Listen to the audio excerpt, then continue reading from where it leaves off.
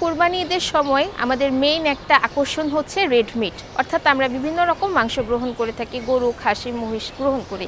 এখন বিষয়টি আসে যে আসলেই আমাদের জন্য মাংস কি ক্ষতিকর নাকি এর কোনো বেনিফিট আছে? অবশ্যই রেড মিট আমাদের জন্য হেল্পফুল এবং এতে অনেক পুষ্টিকর উপাদান আছে, যেমন এটি প্রোটিনের গুড সোর্স এবং এতে আছে জিঙ্ক, সেলেনিয়াম, ভিটামিন বি12, আয়রন, আমরা এগুলো পেয়ে থাকি। এখন সমস্যা তখনই হয় যখন আমরা মাত্রাতিরিক্ত গ্রহণ করে থাকি, অর্থাৎ প্রত্যেকটা খাবারই কিন্তু এককভাবে আমাদের বডিতে কখনো কোনো কমপ্লিকেশনস তৈরি করে না, এর সাথে অন্যান্য ফ্যাক্টর এবং ঠিক আমরা কতটুকু অ্যামাউন্ট গ্রহণ করছি এটি একটি গুরুত্বপূর্ণ বিষয়। আমরা দেখা যাচ্ছে অনেকে ব্রেকফাস্টে রেডমিট খাচ্ছি, তারপর দুপুরে রেজালা খাচ্ছি, বা বিভিন্ন রকম বিফের কালা ভুনা খাচ্ছি, বিভিন্ন রকম হচ্ছে জর্দা বা অন্য আরও বিভিন্ন যে হেভি আইটেমগুলো থাকে সেটার সাথে গ্রহণ করছে, আবার একই সাথে ডিনারেও খাচ্ছি, মুড়ি দিয়ে খাচ্ছি। এখানেই তৈরি হয় সমস্যা। অর্থাৎ আপনি সারাদিনে 50 থেকে 60 গ্রাম পরিমাণ গরুর মাংস গ্রহণ করতেই পারেন, এতে তেমন সমস্যা হওয়ার কথা না।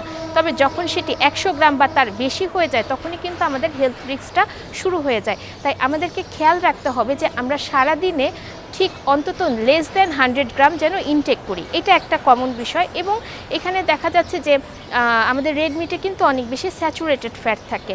এই স্যাচুরেটেড ফ্যাট কিন্তু যাদের বিভিন্ন রকম হেলথ হ্যাজার্ড আছে বা অন্যান্য যারা বিভিন্ন হেলথ কমপ্লিকেশনসে ভুগছে, যেমন হৃদরোগ বা সিকেডি পেশেন্ট, কিডনির সমস্যা আছে যাদের, কিংবা যাদের দেখা যাচ্ছে যে মাংসটা হজম হচ্ছে না বা গ্যাস্ট্রাইটিস আছে বা অন্য কোনো ম্যাল অ্যাবজর্পশন আছে, এবং একই সাথে যাদের ডায়াবেটিসের সমস্যা আছে, আইবিএসের পেশেন্ট আছে, তাদের ক্ষেত্রে কিন্তু এই পরিমাণ নির্ধারণ করাটা জরুরি এবং আপনি কোন উপাদানের সাথে গ্রহণ করছেন এটি জরুরি।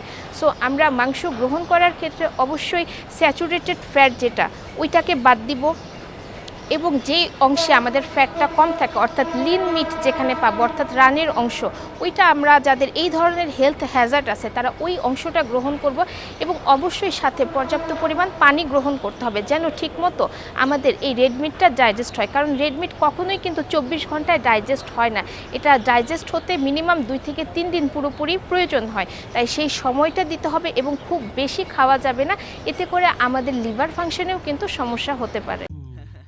ঈদের খুশি হোক না আরো বেশি, আর খুশির আয়োজন মানে চাষি সুগন্ধি চিনি গুঁড়া চাল।